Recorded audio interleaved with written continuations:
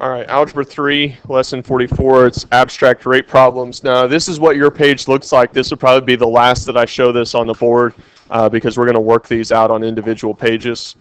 Um, Basically, it's all the rate problems that we've already done, all the same forms of all the same rate problems we've already done. All that we're doing is instead of using numbers to represent things, we're going to use variables. We solve them exactly the same way. Okay, but I know that the challenge for a lot of people who struggle with math, which shouldn't be you guys are in Algebra 3, but nonetheless, the things that really bother people or confuse people are whenever we start using letters instead of numbers. So the process doesn't change though. All right, so on question number 1, hopefully you guys are reading it. You guys have this page pulled up? Yeah. All right. It says at the sparkling cider sale, Safe Mart sold B bottles for D dollars. Good Cafe was able to buy them for $1.25 less per bottle. How many bottles could Good Cafe purchase with $1,500? So this is a simple distance equals rate times time, although distance isn't distance, but rate is still rate, and time isn't time anymore. Okay, we're using different things, but it's the same concept, yes. Okay, so rate.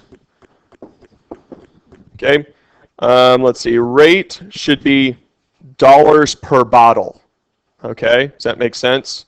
Right, and that would just, I mean, that just makes sense in real life. You go to Casey's, you're not going to buy so many bottles per dollar. So we should wind up with D over B for my rate. Does that make sense? Okay. So we have that. Our new rate, though, okay, one guy was able to buy they were buying bottles for D dollars, but another guy was able to buy them for less. So whatever that price is, what are we doing to that price? Are we adding to it? Are we subtracting, multiplying, dividing? What are we doing? We're subtracting. And how much are we subtracting? $1.25. So if it was $2.50 or whatever it was, we're subtracting $1.25, right? Because we're going to try to find our new rate. Now, but because it's a rate, it's still $1.25 per bottle. Right? Right, so we still need a B there, divided by however many bottles we're buying. Okay? So this is my new rate. Okay? Now, our question is how many bottles could we buy at the new rate? Does that make sense? So let's say that you have 1,500 bottles and you have not 1,500 bottles, you have $1,500, right? And just for instance, just so we can get our heads wrapped around what we're actually doing here, you have $1,500 and a bottle of water costs 50 cents. How many bottles of water can you buy?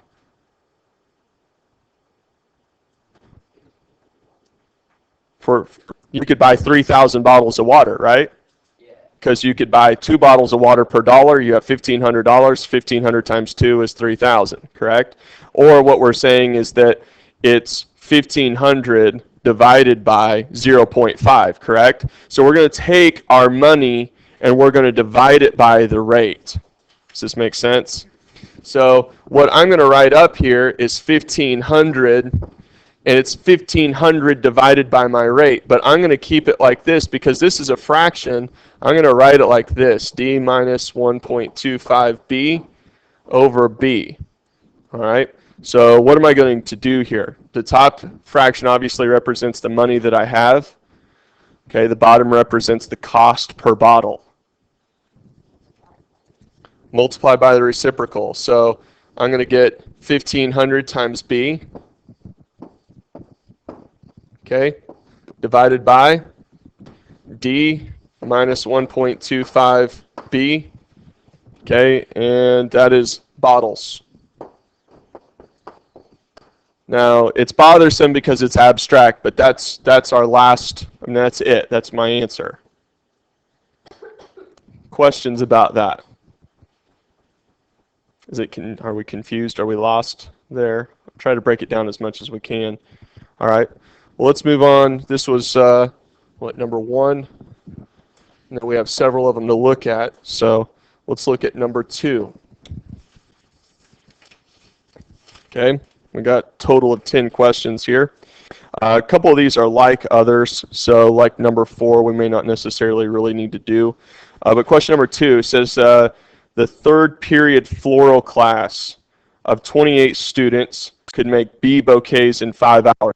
So let's talk about the things that exist there, and let's see, because if you saw this question on a test, the hardest part sometimes is figuring out what equation am I using, right? So what exists there? We have a third period floral class, we have something being made, and we have a unit of time. What equation, I'm not telling you to write an equation, but what equation would we use? The other one we used distance equals rate times time, and we manipulated that. What are we using here? Keep in mind that this lesson is called abstract rate problems, so do we think rate might be part of this? Okay, so we know we got a rate. Okay, let's look. I mean, we're just looking at that first part. What does that class of students represent? Workers, right? So we have workers. What does that 5 hours represent? Time.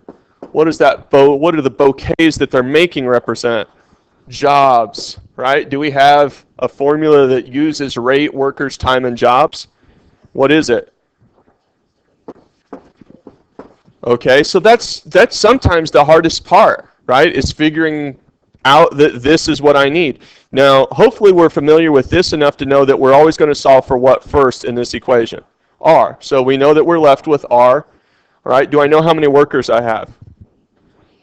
28. Do we know how much time we're spending? 5 hours. Do we know what our jobs are? How many our jobs are? Keep in mind it's abstract rate, so there may not be a number. What is it? B. B for bouquets, because we're making them, right? So our first job is to solve for R. Okay, can I simplify this at all? Okay, 140R equals B, and remember what we said, we're trying to solve for R first. So what do I need to do? Divide by 140. So R equals B over 140, right? So I'm going to put this down here, okay, and hold on to it because they're probably going to change and give me new information, right? But my rate is going to stay the same.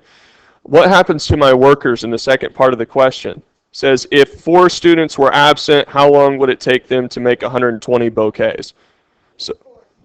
So now I only have 24 workers because 4 are absent. In the second part, we're always solving for time, right? So we know we're going to get T, and do we know how many we need to make? 120? Okay. All right. So we're going to go ahead and look at this as, we're going to multiply here, right? What does that become? We got B over 140 times 24. Can that reduce at all? 24 over 140, I'm guessing it'll reduce to like 12/70ths. And then what, 6/10 and 3, what's that? Oh, I'm sorry, 6 over 35.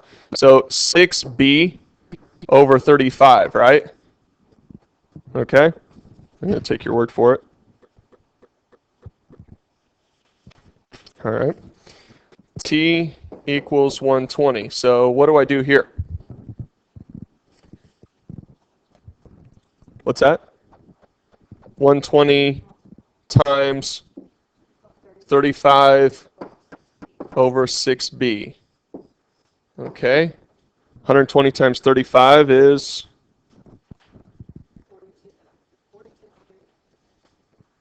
Okay. 4,200 over 6B, right? That reduce. What's 4,200 divided by 6? 700, right? So I have 700, 700B or 700 over B or what? What happens to the B? 4,200 divided by 6 is 700, you're right. But I got to have my B somewhere. It moved up to the top? 700 over B. Okay, 700 over B. And this is in time, and then our time is in hours, right? And I know it seems like abstract rate problems can be a waste of time, but what it allows us to do is to create problems in the real world where all we have to do is substitute in and then get a value out. So if you familiarize yourself with how to write equations and leave them as abstracts, then you can input your values later. Okay? All right, let's see. We have number 3. All right, we'll read it, and then you try to figure out what type of equation we're using. Leela observed that it took T toy makers 11 days to make D dolls. Any guesses as to what type of equation we're using? We got a rate, yeah, abstract rate problems. What else? What else are we using? We have workers, time, and jobs. Okay, so same equation. We're going to solve for rate first, though, right? So we know we don't have R. How many workers do we have? They might change the T, all right? So that can be kind of confusing, right? Because we're using T for workers now, so don't get time and toy makers confused. So we might have to use something else for time, all right? What are they using for time? Oh, all right, so later on we might use days for time instead of T, okay? And then what are our jobs? G or D dolls, okay? Yeah, so I guess we can't use days. So we may have to use a capital T or something that's going to denote time, maybe even X or theta or just anything else that we're not using. All right, so what do I want to do here? How about 11 TR equals D? That way I'm dividing, these two things here, right? All right, so rate equals D over 11T. Is that correct? We agree with that? Or did I make a mistake? I'm good? Okay. All right. What are they changing with the workers? K more toy makers. So how do I represent it? Adding K to what? T. So I don't replace with K. I show it as T plus K, right? Okay. Times big T, right? Something I'm not going to be tempted to throw into the rest of it. How many jobs am I trying to get done? 22. What does it say, though? It says 22. Does it say 22 dolls? It says 22 more dolls. So what do I need to do? D plus 22.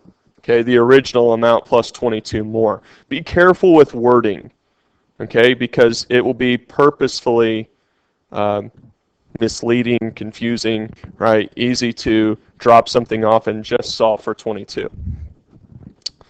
All right, there you go. All right, so let's look across here. Keep in mind, sometimes it's easier for me to look at a fraction times a whole if I'm looking at it as a fraction times a fraction, right? So what I'm getting here is D times T plus K all over 11T times big T equals D plus 22 over 1. Okay, I think if you're like me, that helps because I'm comparing apples to apples, which is also a fun game, depending upon who you're playing with, whether or not they have a sense of humor. All right, so what do I do from here? Same thing we usually do, right? Actually, I'm gonna wait till the end before I mess with any of that. Multiply by the reciprocal, right? Just multiply by the reciprocal. All right, so 11T over D times T plus K, because I may not actually even be required to simplify it. All right, so I'm looking at my answer here, and they don't simplify it. They leave it as 11T times D plus 22 over D times T plus K. They leave it just like that. You can distribute it. It's still technically correct, Okay. And this question, is it T hours? What is it? Or is it in hours, or is it days? Days. So we want days. We want a label right there. Are we understanding this to a degree? I'm trying to take it slow enough that we may not cover a whole lot, but what we do cover is meaningful. Okay? All right. Number 4, like I said, is just like number 1. So I will tell you this just for your own benefit. You can work this out in your own time. The answer is going to be B on 4. All right, so if you want to practice with that, you can. All right, let's move on down. As you're noticing this, 5 is also what type of question? All right, rate times workers times time equals jobs. Do we need to do another one of those? No, we've kind of got a grasp on that. What about 6? Same thing. Is it still rate times workers times time equals jobs? Okay.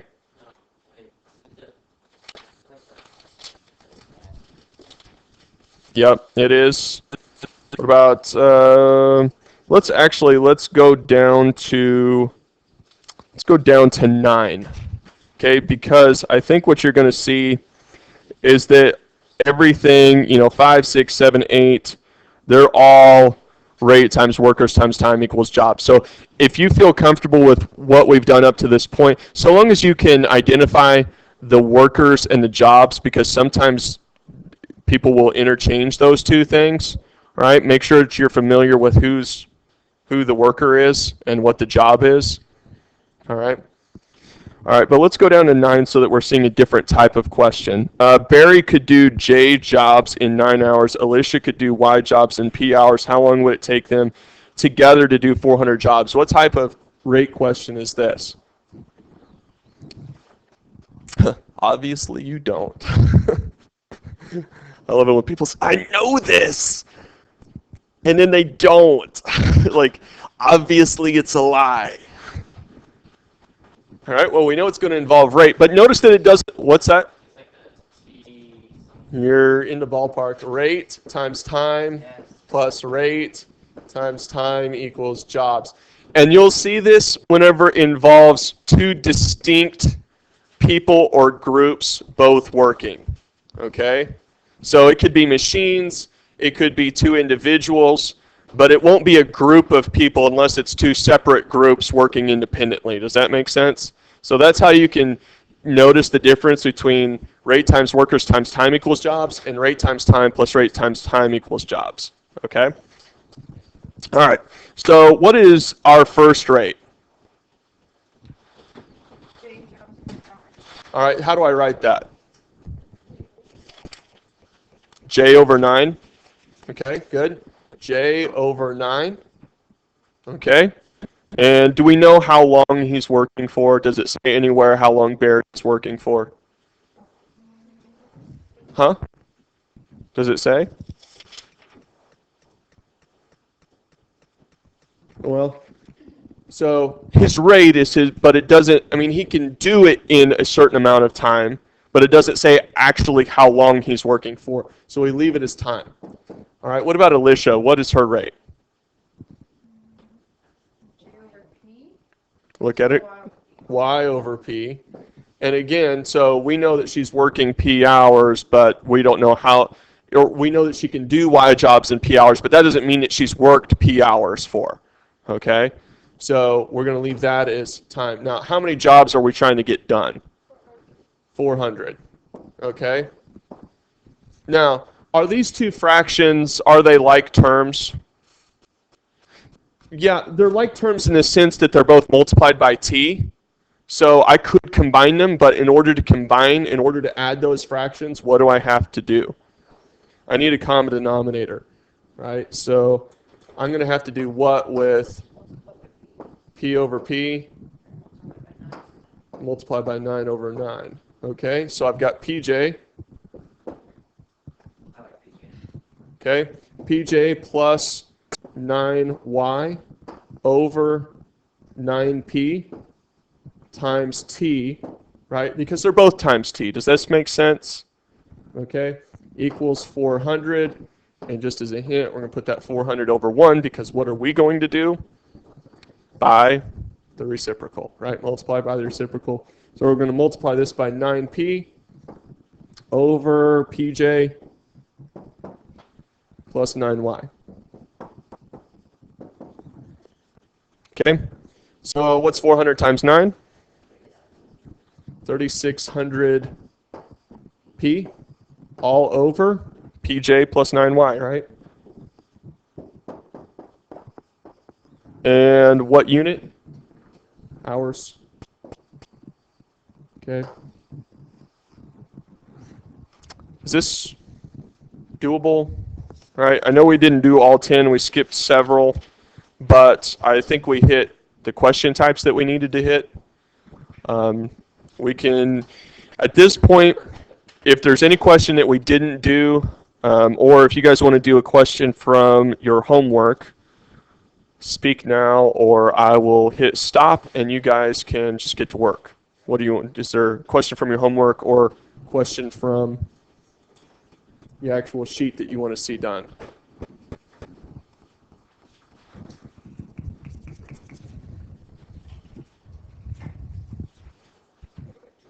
Number 2 from the homework. All right. Number 2. Okay, that looks like it's from this lesson. It says, in the cookie factory, W workers worked H hours to produce C cookies. Okay. What type of rate question is this? Is it rate times time plus rate times time equals jobs, or is it rate times workers times time equals jobs? Rate times workers times time equals jobs. In these questions, we always solve for rate. How many workers do I have? W workers. That's convenient. All right. How much time are we working for? H hours. And how many jobs are we getting done? C cookies. All right. We want to solve for rate. So what do I do here? Divide by WH. Okay. So we have C over WH is my rate. All right. The second part of the question. What are they doing with the workers? Adding M. So I'm going to show how many workers up here. W plus M. And I'm going to go ahead and put it over 1 just because we see we've got a fraction. We're multiplying another fraction. I'm betting that we're going to ask how long, right? Yep. So we're going to leave. We're just going to put that as T because we're not using H. I don't want to confuse that. But how many jobs are we trying to get done? The same number of cookies. Okay, so we're still going to solve for C. Okay, all right. So we have fraction times something that we want to solve for, so we're going to leave T alone. All right, but I do need to simplify this fraction over here. What do I get? C times W plus M, right? Okay, you could distribute it, but we don't have to, so we're going to save ourselves the trouble. All over what? WH, okay, times T equals C over 1, because what are we going to do? Multiply by the reciprocal. Okay, great. Multiply by, we're going to put WH on top. We're going to put C times W plus M. There, our answer. On the top is what? CWH over C times W plus M. Okay, and this is in what, hours? Okay, let me check answer key and make sure I haven't led you astray.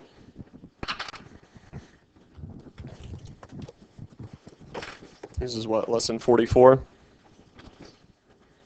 Question 2.